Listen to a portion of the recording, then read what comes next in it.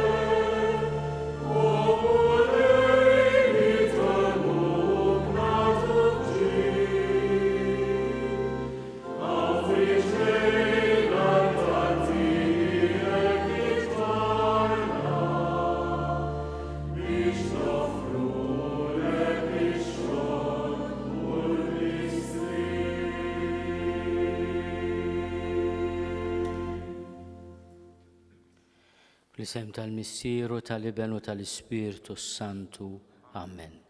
Il-paċi ma'kom. Ħuti eżis, ma speċjali daw kollha li qegħdin isegwuna permezz ta' di xandira. Din il-quddisa solenni bdew daw it-tliet ijiem qaddisa tal-Għid. Dan il-jum aħna l-Maltin minn dejjem sejjaħninu bl-isem Għażiż ta' ħamis ix-xirka. Huwa taswit il-qalb l-kbir li llum ix-xirka mhijiex hawn minħabba restrizzjonijiet li għal sena oħra huma imposti minna minn neċessità. Nitolbu lil Mulej iddawwa lil qlub ta' min imexxi biex kemm jista' jkun ma jerġax jitlob minna sagrifiċċju daqshekk kbir. Li aħna nkunu mċaħdin mill-komunità waqt li niċċelebraw it-twaqqif tal-Ewkaristija. Il-poplu ejja hemm bżonn li aħna nieħdu deċiżjonijiet b'responsabbiltà u ma nħarsux biss lejn il-flus, imma nħarsu lejn id-dritt tal-poplu li jinġabar flimkien għall-qima tiegħu. Għalhekk ejjew narfu ħtijietna biex nitħejjew tajjeb ħalli niċċelebraw il-misteri qaddisa. Nistqar Alla li jista' kollox u lilkom ħuti li jiena dnibt ħafna bil-ħsieb, bil-kliem, bil-emil u billi ħallejt dmirijieti. Ħtija tiegħi, bl-akbar ħtija tiegħi. Għalhekk nitlob lill-imqazza Marija dejjem Verġni, lill-anġlu u l-qaddisin kollha u lilkom ħuti li tolbu għalija lill-Mulej Alla tagħna. Iħenna lina Alla li jista' kollox jaħfrinna dnubietna u jwassalna għal ħajja ta' dejjem.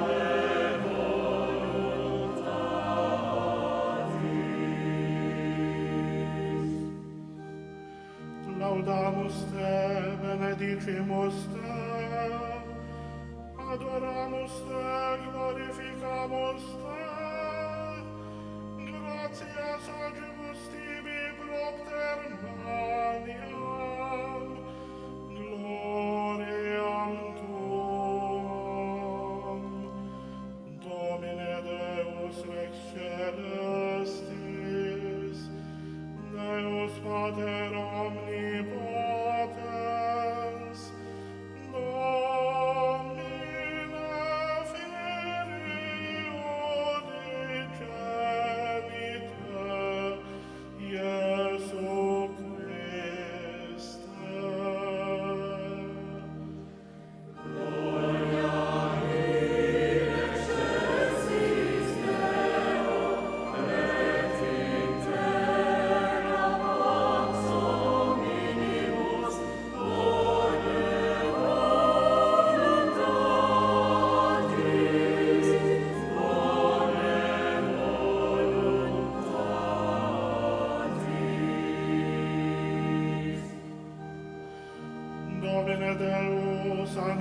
Dei, Filius Patris, qui tollis peccata mundi, miserere nobis, qui tollis peccata mundi, suscipe deprecationem nostram, qui sedes ad dexteram Patris, miserere nobis.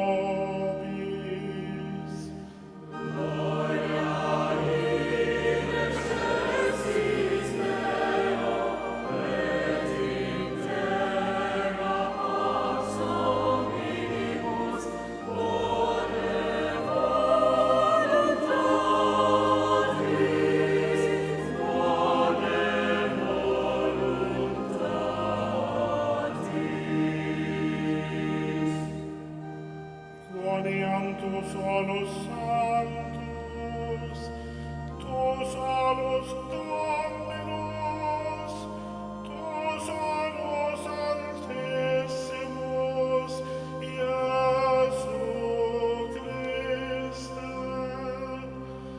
cum Sancto Spiritu, in gloria Dei Patris, in gloria Dei Patris. Amen.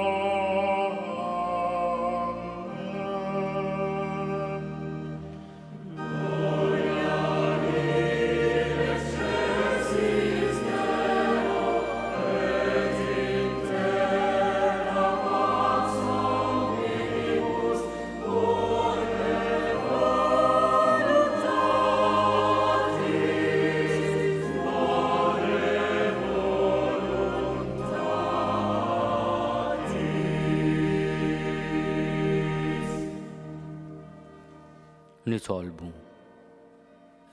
U Alla aħna llum inġbarna biex niċċelebraw l-ikla qaddisa meta ibnek il-waħdini qabel ma ngħata għall-mewt ħalla lill-Knisja is-sagrifiċċju l-ġdid li jibqa' għal dejjem u l-ikla ta' mħabbtu. Għamel li minn misteru kbir nieħdu l-imħabba u l-ħajja fil-milja kollha tagħhom. Bibnek Ġesu Kristu Sidna li hu Alla, u miegħek jgħixu jsaltan flimkien mal-Ispiritu Santu għal dejjem ta' dejjem.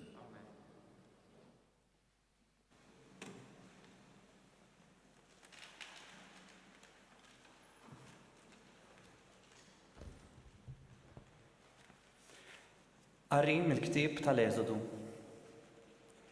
Il-mulej kellem lil Mosè u lil Aaron fl-art tal-Eġittu u qalilhom: Dan ix-xahar ikun għalikom l-ewwel fost ix-xhur. Ikun ilkom l-ewwel xahar tas-sena. Kellem lill-ġemgħa kollha ta' Iżrael u għajdilhom: Fl-10 ta' dan ix-xahar kull wieħed minnkom jieħu ħaruf kull familja, wieħed kull dar. Jekk il-familja tkun żgħira wisq biex tikluh kollu, wieħed jieħu l-ħaruf flimkien mal-ġar tiegħu l-eqreb lejn daru, skont in-numru tan-nies, skont kemm kull wieħed jiflaħ jiekol, hekk tqisuh il-ħaruf. Il-ħaruf ikun bla difett, raġel ta' dik is-sena. Tistgħu tieħdu minn naċ jew mill-mos. Intom iżommuh sal-14 ta' dax-xahar, meta l-ġemgħa kollha ta' dar Iżrael toqtlu bejn inżul ix-xemx u dlam. Imbagħad jieħdu mid-demm tiegħu u jroxxuh fuq il-ġnub u l-blata tal-bibien tad-djar fejn ikunu se jikluh. F'dik il-lejla għandhom jieklu l-laħam mixwi b'ħobs bla ħmira u b'ħaxix mor.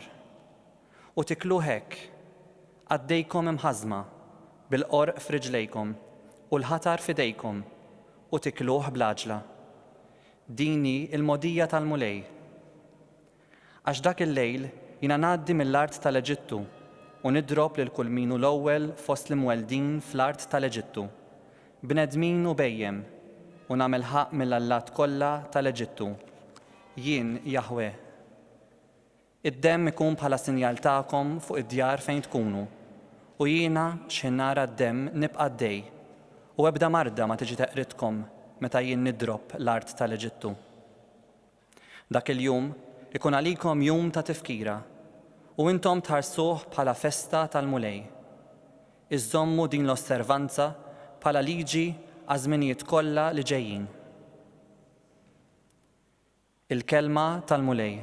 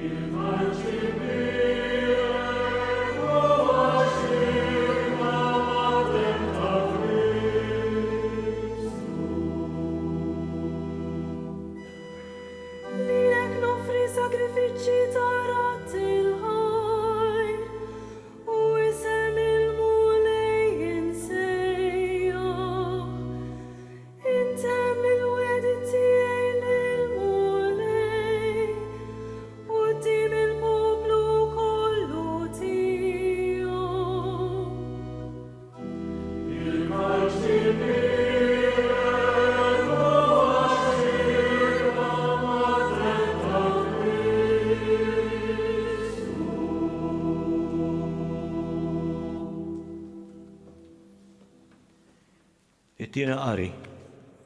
Qari mill-ewwel ittra ta' San Pawl l-Apostlu lill-Korintin. Ħuti, jien irċivejt mingħand il-mulej it-tagħlim li għaddejt lilkom, jiġifieri lill-mulej Ġesu, fil-lejl li kien ittradut.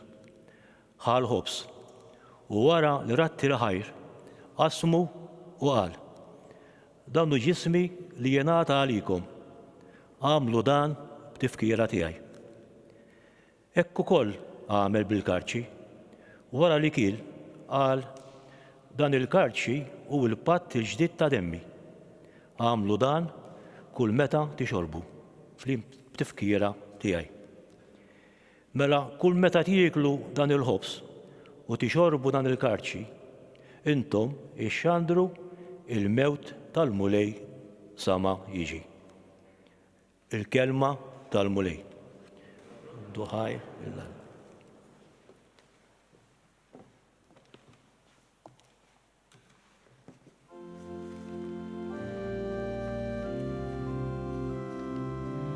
Gloria u tifħir, gloria u tifħir, gloria u tifħir lilek Kristu.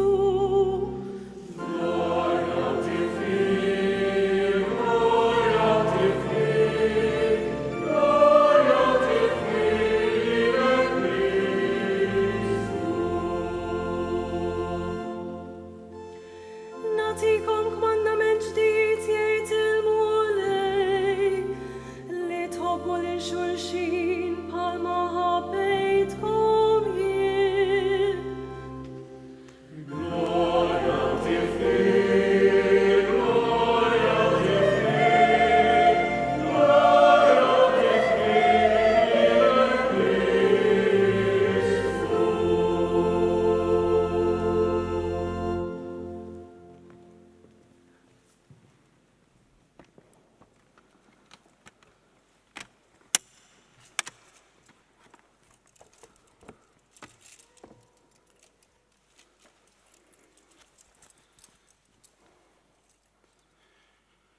Il-mulej ma'kom.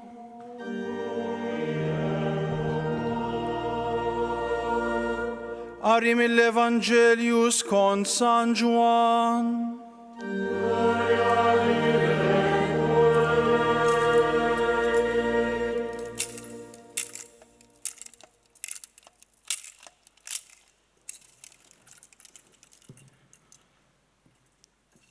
Qabel il-festa tal-Eid, billi kien jaf Ġesu li waslet is-sija tiegħu biex jgħaddi minn din id-dinja lant il-missier, u li kien ħab lil tiegħu li kienu fid-dinja ħabbhom għall-aħħar. Kienu qegħdin għall-ikel. Ix-xitan kien ġa webbel lil Ġuda ta' Xmun l-Iskarjota u daħħallu f'rasu li jitradih. Ġesu kien jaf li l-missier taħ kollox f'idejh u li hu kien ġie minn Alla u kien sejjer Alla. Qam minn fuq il-mejda, neħħa l-mantar minn fuqu, ħafar dal u rabtu ma' qaddu. Mbagħad ferra l-ilma fil-lembija u beda jaħsel saqajn id-dixxipli u jixxuttajhomlhom bil-fardal li kellu ma' qaddu. Meta wasal fuq Xmun Pietru u dan qallu, int mulej taħsil li saqajja, Ġesu wieġbu, inta lissa ma tafx qiegħed nagħmel jien, tifhmu aktar il-qudiem. Qallu Pietru, ma jkun qatt li inti taħsil li saqajja. Wieġbu Ġesu, jekk ma naħsillek saqajk, ma jkollokx taqsam miegħi.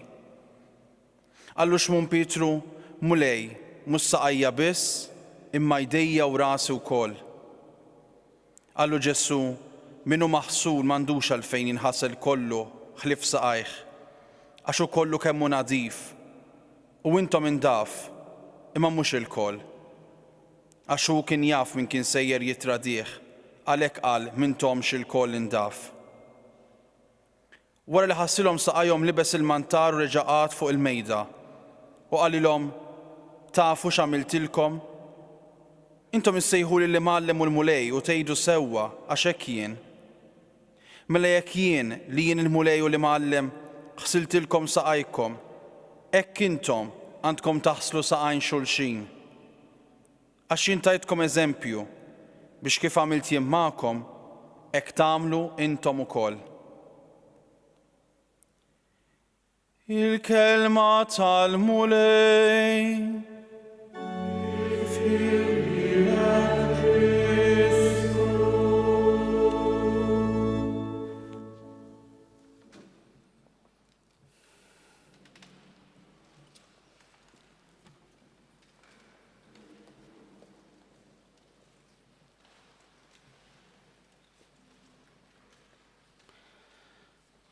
Qegħdin infakru l-mument meta Ġesu jirrealizza li waslet is-sija tiegħu.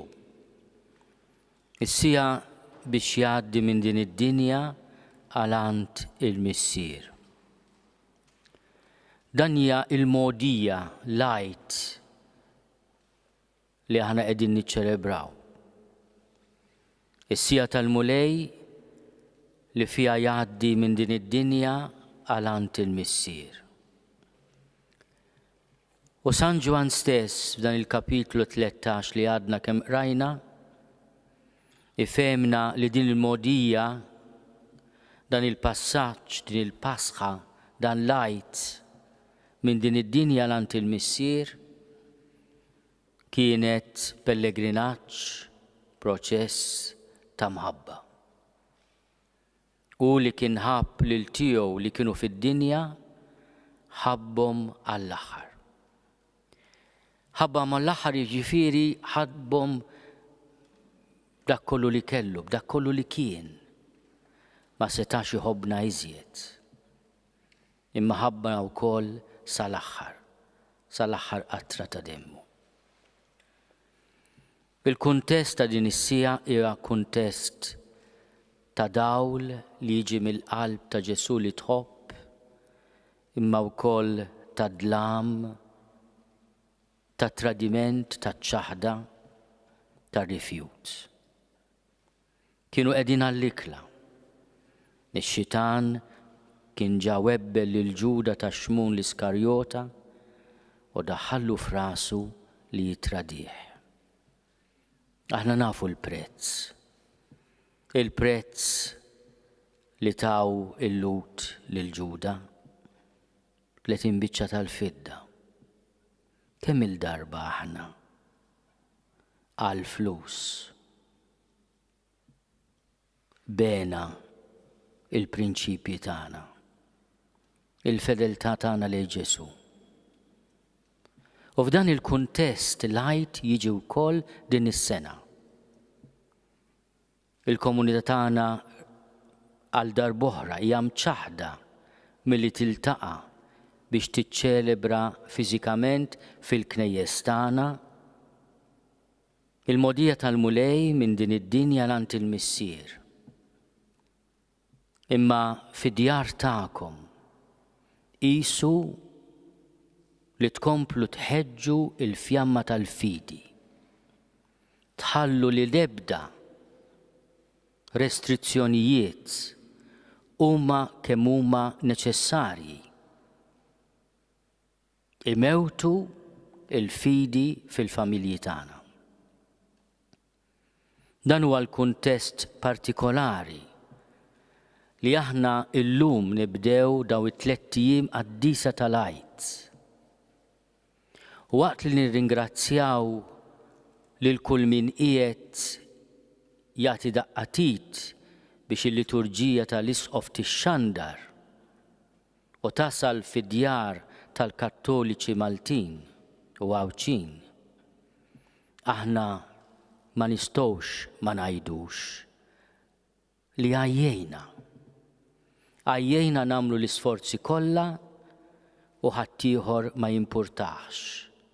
Għax il-mistoqsija tiġi għalfejn irġajna ġejna fejn konna. Mhux għax kien hemm xi ħadd li ma jimpurtax u bin-negliġenza tiegħu u bin-naqqas ta' għaqal tiegħu reġa' ġabna fejn konna. Mhijiex ħaġa aċċettabbli l-aħwa li mat-tajjeb mal-ħażin jeħel it-tajjeb u li t-tajjeb li jipprova jimxi mal-protokolli tal-awtoritajiet tas-saħħa, it-tajjeb ikollu jintalab sagrifiċċji kbar. Li inti tċaħħad lill-komunità nisranija milli tiltaqa' 3 ijiem tal-Għid hija deċiżjoni kiefra u kulħadd irid jieħu r-responsabbiltà tagħha, inkluż quddiem Alla. Aħna nikkooperaw b'sens ta' responsabbiltà. Imma l-mulej illum waqqaf ikla mhux show tat-television, mhux teleserial. Illum stieden il-poplu tiegħu biex jiċċelebra ikla ta' libertà mid-dittatorjat tal-Farawn minn kull min jaħseb li l-awtorità qiegħda biex iċċaħħad lilna mill-Għid. Imma waqt li l-saħħa tal-bniedem hija importanti u essenzjali, irridu nifhmu wkoll li d-dritt li wieħed iqim lil Alla ħaj huwa wkoll essenzjali. Essenzjali daqs il-ħajja. Mhuwiex fuq l-istess livell tal-banka tal-lottu u tas-supermarket. Dawk jista' jkun essenzjali għal bwiet ta' xi ħadd u biex nixtru x'nieklu. Imma llum il-mulej Ġesu ipoġġilna ikel li aħna fit-talba li għallimna nitolbuh kuljum. Atina il-ħobżna ta' kuljum. Mhuwiex biss dak li jrejjaqna fiżikament, imma wkoll spiritwalment. Bil-kmand tiegħu għamlu dan b'tifkira tiegħi. Huwa sejħinna bħala xirka, bħala komunità biex niltaqgħu u nieklu mill-istess altar, mill-istess mejda, nixorbu mill-istess kalċi li huwa d-demm għażiż tiegħu, nieklu mill-istess ħobs li huwa l-ġisem qaddis tiegħu. U bil-kmand li tal l-Apostli fil-Knisja permezz tal-Ispirtu qaddis tiegħu il-mulej tagħna l-qawwa, permezz tas-saċerdoti tagħna dajfin kemm aħna dajfin li fuq il-mejda tal-komunità aħna bil-kelma qawwija ta' Ġesu stess danu ġismi, danu demmi, inwasslu il-ġisem u d-demm għażiż tiegħu. Huwa possibbli għal poplu tagħna ħames ix-xirka waħda li skont ir-restrizzjonijiet li għandna tnejn jew familja inżuru l-knejjes tagħna. Il-knejjes tagħna mhux se jkunu magħluqa, se jkunu miftuħa għal fidili tagħna biex iqimu lil mulej fis-sagrament tiegħu tal-ġisem u d-demm imqaddes tiegħu. Biex dak li jkun jista' jersa' għal qrar u jirrikonċilja ruħu ma' Alla. Għaliex dan huwa ħobbs li ma tixtrix mis-supermarket. Id-demm ta' Ġesu għalkemm imbieħ għal 30 biċċa tal-fidda m'għandux prezz għalina u aħna ma niċċaħdux minnu. Qed nafża lil minnu responsabbli li ma nerġgħux nagħmlu għejt bħal dan. Il-paċenzja tagħna għandha limiti. Nikkooperaw kemm nistgħu u kemm nifilħu. Imma ma jistax ikun li minħabba in-negliġenza jew in-nuqqas ta' għaqal ta' xi wħud aħna nkomplu nħarsu prezz daqshekk qawwi, daqshekk kiefer li aħna ma nistgħux niltaqgħu biex niċċelebraw il-mewt u l-qawmien ta' Ġesu. Lil min qiegħed isegwini permezz tax-xandir ngħidlu biex ma jaqtax qalbu, biex isemma leħnu b'rispett u b'qawwa. Imma fl-istess ħin li fid-djar tagħna aħna nixxenqu tassew għall-Ewkaristija li waqqaf illum il-Mulej Ġesu. Il-Mulej Ġesu huwa kapaċi jagħtina l-grazzja, mod speċjali f'sitwazzjonijiet fejn ma nistgħux nersqu fiżikament lejh. Imma għażel dan is-sagrament qaddis biex aħna fit-qarbien imqaddes inkunu tassew ħaġa waħda miegħu. Illum infakru il-ġest tal-imħabba tiegħu, il-ġest ta' qadi tiegħu li jaħsel riġlejn id-dixxipli. U għalinna jien li jiena li mgħallem u l-mulej tafu x'għamiltilkom, għamlu bħalma għamilt jien lilkom għamlu li xulxin. Imma l-ispirtu ta' servizz x'inhu f'dan il-kuntest ta' pandemija? Huwa l-ewwel nett ir-rispett lejn ir-restrizzjonijiet imposti. Għaliex le? Aħna ngħidu li għajjejna u kulħadd ejja, imma hemm bżonn inkomplu nagħmlu l-aħħar qatfa nispera neċessarja. Hemm bżonn ukoll min irid ikun ta' qadi għall proxmu jieħu t-tilqima meta jiġi msejjaħ għaliha. Qed nafża lil fidili nsara u ngħidilhom li huwa obbligu morali tagħhom, obbligu gravi li wieħed jagħmel dak kollu neċessarju biex ikun jista' jgħaddi minn din il-marda qalila, jevita u ma jgħaddihiex il ħadd ieħor. Hemm bżonn li aħna naslu saqajn xulxin din is-sena billi naċċettaw l-istedina li nieħdu t-titqiba. Min ma jħodiex mhux qed jagħmel biss ta' rasu imma qed jipperikola lilu nnifsu u lil ħadd ieħor. Dan mhuwiex l-ispirtu ta' Ġesu. Aħna llum insellmu lill-awtoritajiet tas-saħħa, lil frontliners tagħna li matul din l-aħħar sena b'sagrifiċċju personali u enormi ħaslu saqajn il-proxmu billi jagħmlu id-dover tagħhom. U għalhekk il-kundanna tagħna għal min hu ma jimpurtax, għal min ma jobdix, mhijiex żgħira. Ħabib, inti qed taħseb fik innifsek minn għalik, imma qed tagħmel ħsara lilek innifsek u lil proxmu. Aħna u nobdu ir-restrizzjonijiet imposti fuqna, irridu nemmnu u nittamaw li l-mulej ħenna lina u jeħlisna minn din il-burraxka. Hemm bżonn l-isforz ta' kulħadd, ta' kull wieħed u waħda minna. Hemm bżonn ukoll nifhmu imma li l-bniedem mhux bil-ħobż biss jgħix, imma b'kull kelma li toħroġ minn fomm Alla. Li aħna il-kult, il-qima tagħna lil Ġesu mhuwiex kapriċċ, huwa bżonn jagħti toma lil ħajja, qawwa fil-mumenti jibsin. Il-Knisja f'dan ir-Randan bil-kampanja Itma u Libbes ippruvat tagħmel ħilitha biex tobdi l-kmand ta' Ġesu. Kont bil-ġuħ u tmajtuni, kont bil-għaġġ u sqejtuni, kont eri u libbistuni. Min jaf kemm għad ikonna insofru konsegwenzi ta' dak li għandna għadda minna. Min jaf kemm ansjetà fil-poplu tagħna. Il-poplu tagħna għandu bżonn u dritt tal-faraġġ li jagħtih il-mulej.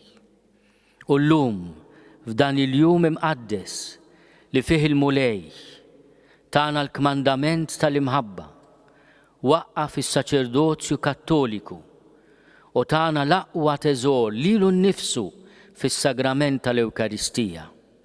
Nitolbu li ma jerġax jiġi jgħid meta aħna nixxenqu għax-xirka tal-qaddisin u li niltaqgħu flimkien kemm jista' jkun malajr fi żmien il-għid biex niċċelebraw dak li issa qegħdin niċċelebraw kif nistgħu.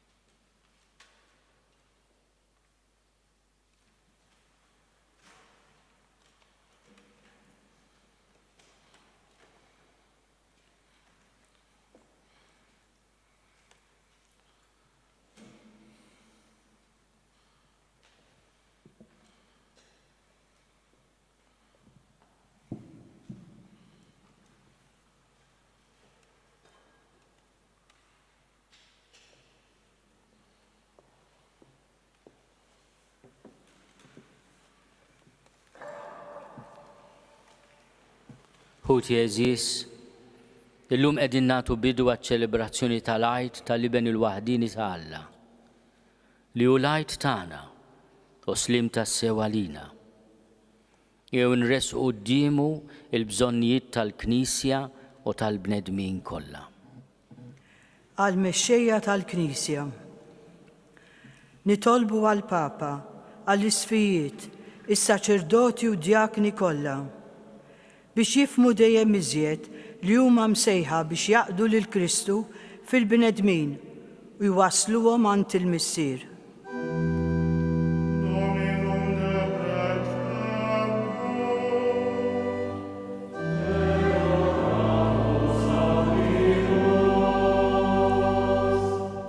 Għall-mexxejja tal-ġnus.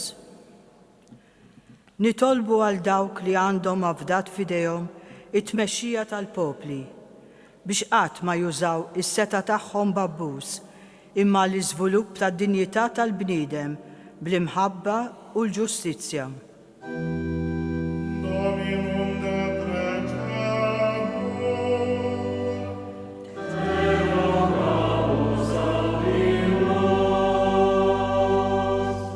Għal-vokazzjonijiet. Nitolbu l-sit il-ħsad ħalli jibgħat ħaddiema qaddisa fil-għalqa tiegħu u jagħtihom il-qawwa, il-kuraġġ u l-imħabba biex ikunu lesti jaħdmu id fit miegħu għal ġid tal-bnedmin kollha.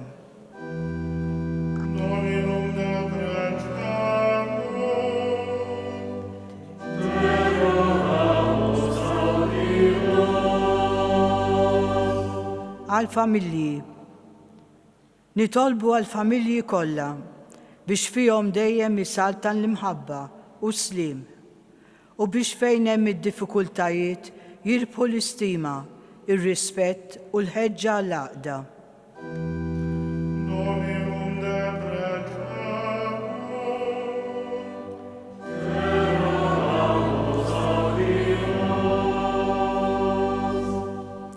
Għal dawk li huma traduti minn ħbiebhom. Nitolbu għal dawk li qegħdin isofru inġustizzi minħabba fit-tradiment ta' min huwa għażiż għalihom biex huma wkoll ikollhom il-ħila jaħfru u jpattu għad-deni bil-ġid. Dominum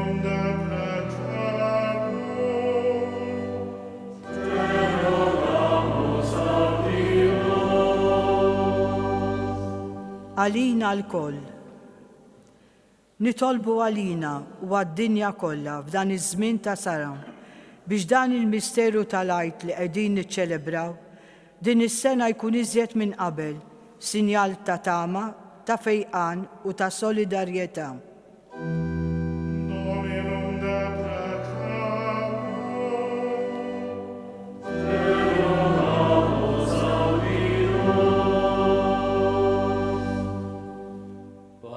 Sir ta' mħabba bla tarf.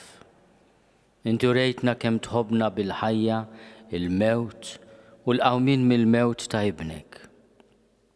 Isma' dawn it-talbiet li aħna wliedek qegħdin nagħmlulek u għatina dak kollu li hu taġid għalina bi Kristu Sidna.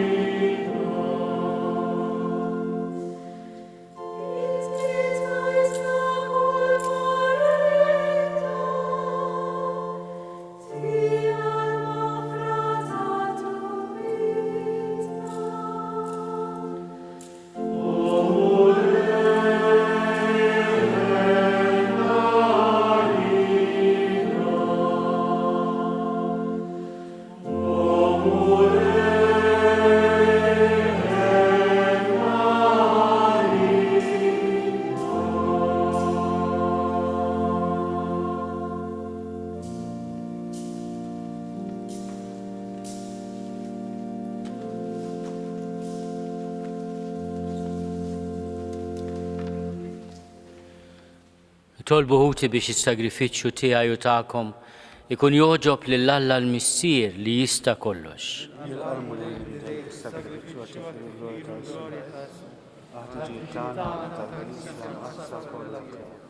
Għatina mulej li niċċelebraw dawn il-misteri kif jixraq, għax kull darba li nġeddu t-tifkira ta' dan is-sagrifiċċju isseħħ l-emil tal-fidwa tagħna bi Kristu Sidna. Il-mulej ma'kom. Nerfgħu lubna l-fuq. Niżuħaj l-mulej Alla tagħna. Sewwa u xieraq tas-sew mulej missier qaddis, Alla ta' dejjem li tista' kollox. Tajjeb u taġi tas-salvazzjoni tagħna li dejjem u kullimkien nrodulek ħajr bi Kristu Sidna. U l-qassis tas-sew u ta' dejjem waqqaf għamla ta' sagrifiċċju li jibqa'. Kienu l-ewwel li joffrilek lilu nnifsu bħala l-vittma għas-salvazzjoni tagħna. U ried li b'tifkira tiegħu nibqgħu nagħmlu din l-offerta. Meta niklu l-ġisem tiegħu is-sagrifikat għalina, aħna nimtlew bis-saħħa. U meta nixorbu demmu imxerret għalina, nindafu minn ħtijietna. Għalhekk mal-anġli u mal-arkanġli, matroni mad-dominazzjonijiet, maqtajja kollha tal-eżerċiti tas-sema, intennu l-innu tal-glorja tiegħek u ngħidu bla qiegħda.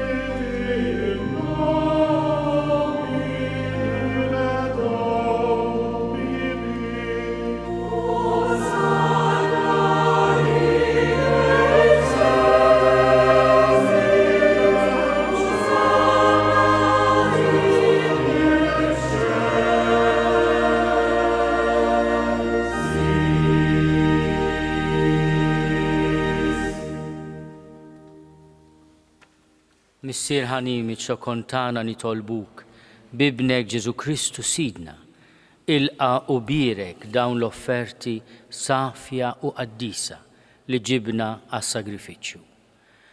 Aħna nofruhomlok l-ewwel nett tal-Knisja tiegħek qaddisa u kattolika, għatija slim ħarisa għaqqada u mexxija mad-dinja kollha, flimkien mal-qaddej tiegħek il-Papa Franġisku, miegħi qaddej tiegħek mingħajr ma jistħoqli, mal-Isqof Joseph li qed jgħinni, mal-Isqof Anton u mal-isfijiet kollha li ħadnu u jistqarru il-fidi vera u kattolika li għaddewna l-Apostli. Ftakar mulej fil-qaddejja tiegħek u f'dawn kollha li hawn madwarna. Inti taf tajjeb il-fidi u r-rabta tagħhom miegħek. Għal-jom aħna nofrulek huma wkoll joffru dan is-sagrifiċċju ta' tifħir għal ġid tagħhom u ta' qrabathom biex jiksbu l-fidwa ta' ruhom u jaqalgħu is-saħħa u s-salvazzjoni li jittamaw.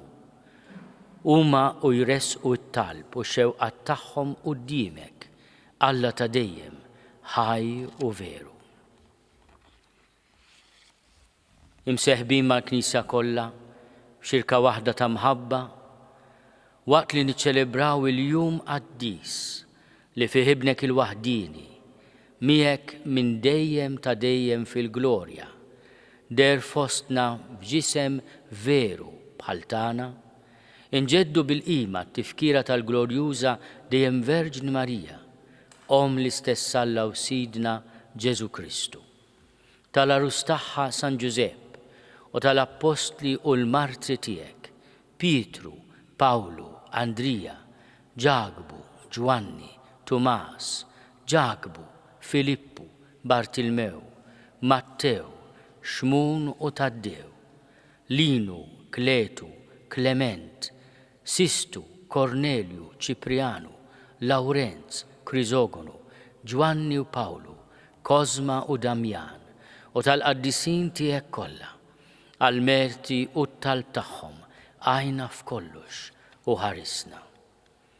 Ilqa nitolbuk mulej din l-offerta tagħna u tal-familja kollha tiegħek. Seddaq ħajjitna fis-sliem, eħlisna mit-telfin ta' dejjem u għodna fil-merħla tal-mażulin tiegħek.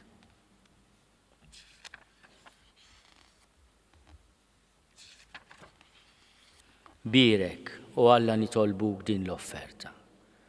Għamel li tun kollha kemm tiegħek, wettaqa, qaddisa, ilqaħħa, biex issir għalina il-ġisem u d-dem ta' ibnek il-Aziz, Sidna Ġesu Kristu.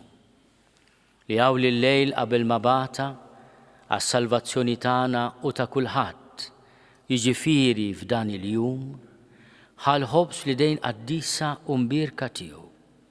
Refajnejh lejn is-sema, lejk Alla missieru li tista' kollox.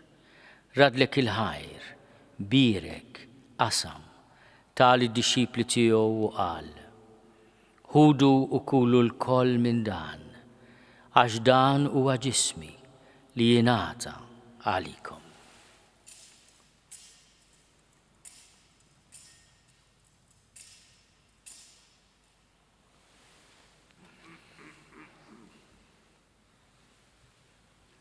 Ekku kol wara l-ikla ħal-kalċi.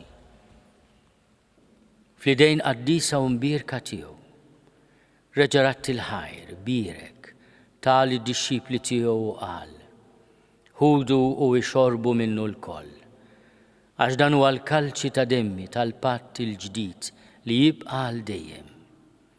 Id-dem li jixxerret għalikom u għall-bnedmin kollha għal maħfra ta' dnubiet. Għamlu dan b'tifkira tiegħi.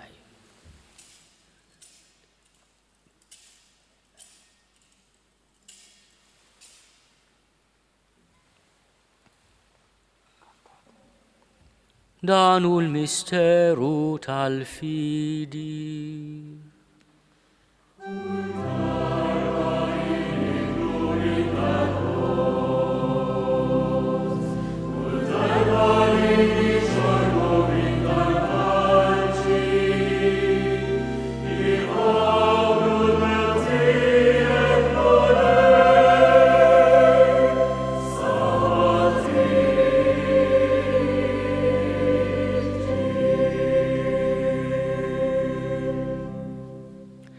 Għalhekk mulej aħna ministri tiegħek u l-poplu qaddis tiegħek, aħna u nagħmlu dam tifkira tal-passjoni mqazza tal-istess ibnek Ġesu Kristu Sidna, tal-qawmin tiegħu mill-imwiet u tat-tluħ glorjuż tiegħu fis-sema.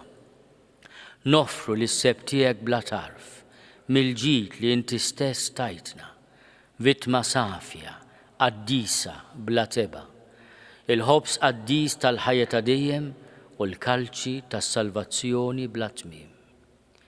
Ixħed fuqhom ħarsa ta' tjieba u sliem, ilqaħħom bħalma oġbok tilqa' l-offerti tal-qaddej ġust tiegħek Abel, is-sagrifiċċju ta' missierna Abraham, u sagrifiċċju li offrilek il-qassis il-kber tiegħek Melkisedek, sagrifiċċju qaddis, vittma bla teba. Fiċċokon tagħna nitolbuk Alla li tista' kollox. Għamel l-anġlu qaddis tiegħek iwassalhom quddiem l-altar tiegħek fis-sema. biex aħna l-kolli nieħdu semna mill-altar u nitqarbnu bil-ġisem u d-dem imqaddes ta' ibnek li mtlew b'kull barka u grazzja tas-sema. Ftakar ukoll mulej fil-qaddejja tiegħek li telqu qabilna bis-sinjal tal-fidi li ħadu fil-mamudija u qegħdin jistrieħu fir-raqda tas-sliem. Ħenna lihom mulej u għati lilhom u lil dawk kollha li jistrieħu fi Kristu il-għena, id-dawl u sliem. Lilna wkoll midimbin għaddejja tiegħek li nittamaw fil-kotra tal-ħnina tiegħek. Għatina sem fix-xirka tal-qaddissin apostli u martri tiegħek. Ġwanni, Stifnu, Mattija, Barnaba, Ignazju, Alessandru, Marcellinu, Pietru, Felicita, Perpetua, Agata, Lucia, Agnese, Cecilia, Anastasia u tal-qaddisin tiegħek kollha. Daħħalna fil-wirt magħhom mhux għall-merti tagħna, iżda l-ħnina u l-maħfra tiegħek bi Kristu Sidna. Bih mulejn dejjem toħloq u tqaddes dan il-ġid kollu, timlih bil-ħajja, tbierku u tqasmu lilna. Bi Kristu ma' Kristu fi Kristu, jingħata lilek Alla missieri tista' kollox, flimkien mal-Ispirtu Santu, kull ġieħu glorja għal dejjem ta' dejjem.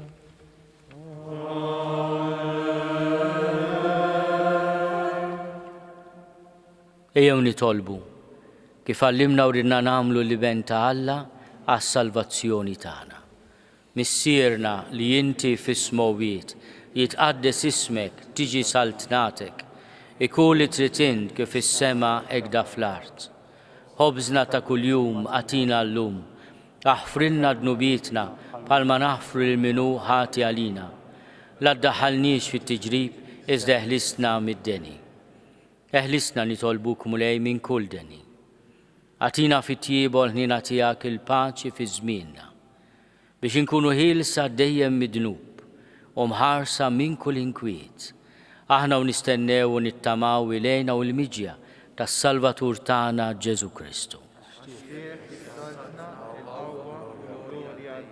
Mulej Ġesu Kristu li għadt lill-apostli tiegħek. Inħallilkom is-sliem, natikom is-sliem tiegħi. La tħares lejn dnubietna, iżda ħares lejn il-fidi tal-Knisja tiegħek. Għatija slimu laqda li jint trid fiha, int li tgħixu s-saltan għal dejjem ta' dejjem. Il-paċi tal-mulej tkun dejjem magħkom. Għatu l-paċi lil xulxin.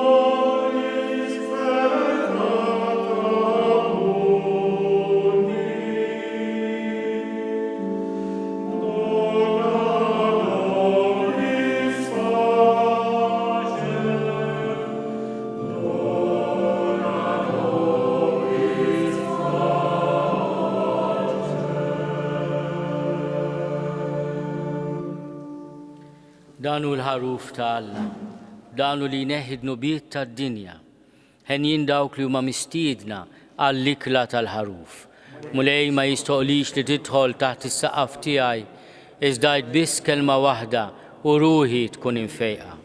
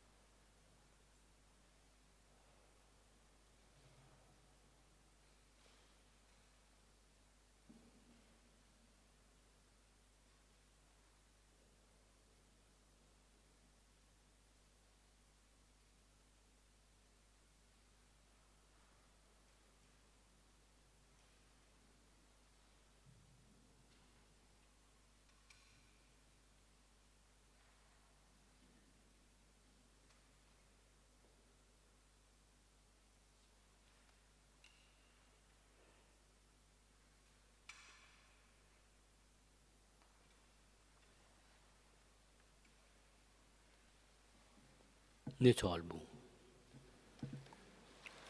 Għatina u Alla li tista' kollox, li kif fid-dinja nissaħħu bl-ikel ta' ibnek, kekk ukoll ikun jistoqilna nissieħbu miegħu fl-ikla ta' dejjem. Bi Kristu Sidna.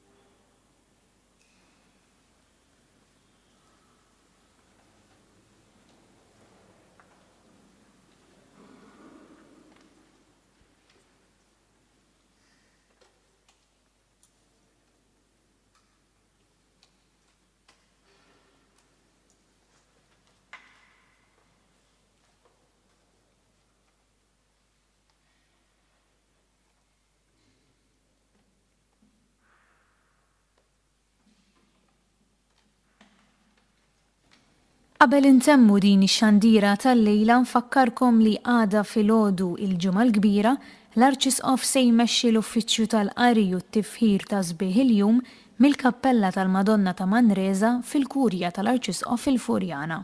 Fit-3:30 issir l-azzjoni liturġika tal-Passjoni u l-Mewt tal-Mulej fil-Katedral ta' San Pawl l-Imdina. Fis-7 ta' filgħaxija imbagħad l-Arċisqof imexxi l-Via Crucis mis-Seminarju tal-Virtu. Infakkarkom li ċ-ċelebrazzjonijiet ta' Tridu tal-Għid qed jixxandru fuq tvm2, knisja.mt u newsbook.com.mt. Nawguralkom il-lejl it-tajjeb.